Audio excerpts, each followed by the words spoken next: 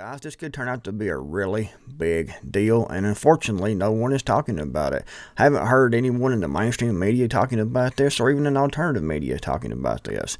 The link was actually sent to me by a subscriber to the YouTube channel here via email, and I decided to make a video about it here because it was so important. But like I said, this definitely could turn out to be a major deal for us here in the United States.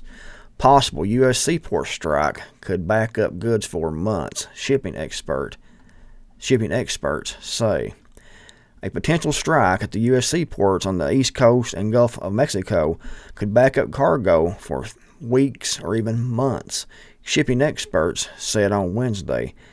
Retailers like Walmart and other importers have been rushing goods in ahead of the September 30th expiration of the union contract covering some 45,000 dock workers and 36 seaports from Texas to Maine.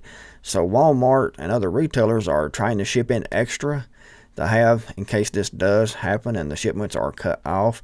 So it could definitely, like I said, turn into be a huge deal for us here in the United States because we import pretty much everything. Their goal to land cargo in the U.S. before October the 1st, when the International Longshoremen's Association, representing those workers, has vowed to strike if the new contract is not in place.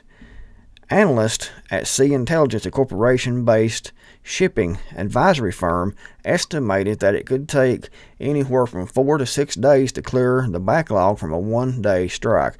So the ships come in, but they're not getting unloaded.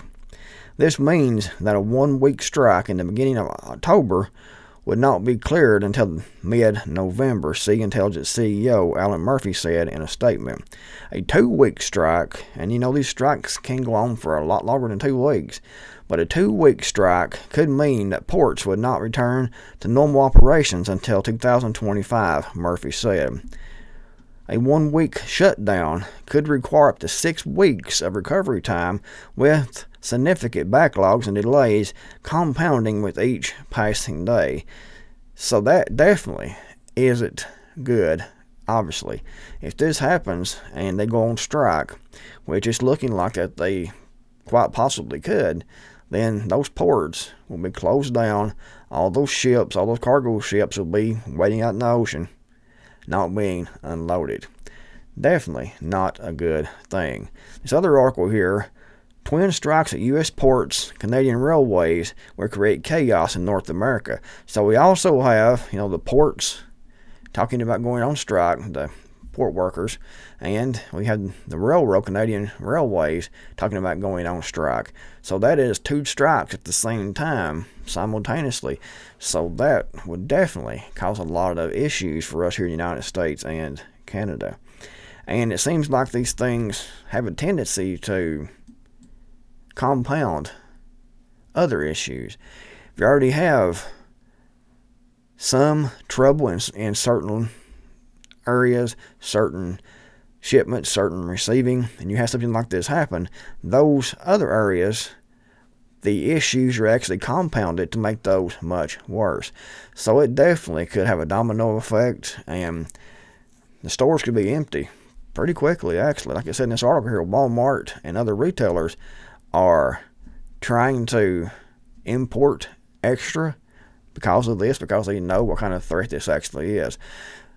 Hopefully this doesn't happen, but at some point that it's going to. At some point the imports in the United States from China, Taiwan, and other nations are going to be cut off. And when that happens, we'll have fewer goods. We'll have more dollars chasing fewer goods, which means more inflation. Simple as that. And it's definitely going to happen at some point, like I said. Too many issues, and we're too dependent on everyone else around the world on what we need here in the United States. Just like the prescription medications and antibiotics, pretty much totally dependent on China. And they tell us that China is the enemy. And I think that they actually are, because they want to be the dominating superpower with BRICS. They want to take the place of the United States, and that seems to be happening at a rapid pace now. But still yet, they are importing prescription medications and antibiotics, a lot of the military hardware, microchips and things they need for military applications are shipped from China. So those could be just cut off at any time because of war, because of embargoes, strikes. I mean, we're so vulnerable and no one seems to realize it because everything is being outsourced. And if this strike happens, just this one here on these seaports, and they're not unloading these ships, you could see Walmart dry up, your hardware stores dry up. You could see Walgreens, all the retailers, pretty much everything, because like I said, everything is imported, dry up and not be available. So anything you need, I've been saying this for years, hopefully you've been stockpiling, but look around your house, look at what you use all the time, and buy more if you possibly can at all. If you have something that you don't need, something you can sell, then sell that and convert that cash into things that you actually do need and use every day. Get ready. The world it's a mess, and it just takes, one little spark at one location to explode out into a huge bad situation that you don't want to be in. So do what you can, stockpile. I mean, even if you do stockpile everything you think you're going to need, you'll still have holes in your plans. It's not going to be perfect, but you'll be better off than 90% of the people, and that's a good position to be in. So stockpile what you think you'll need, put back as much as you possibly can.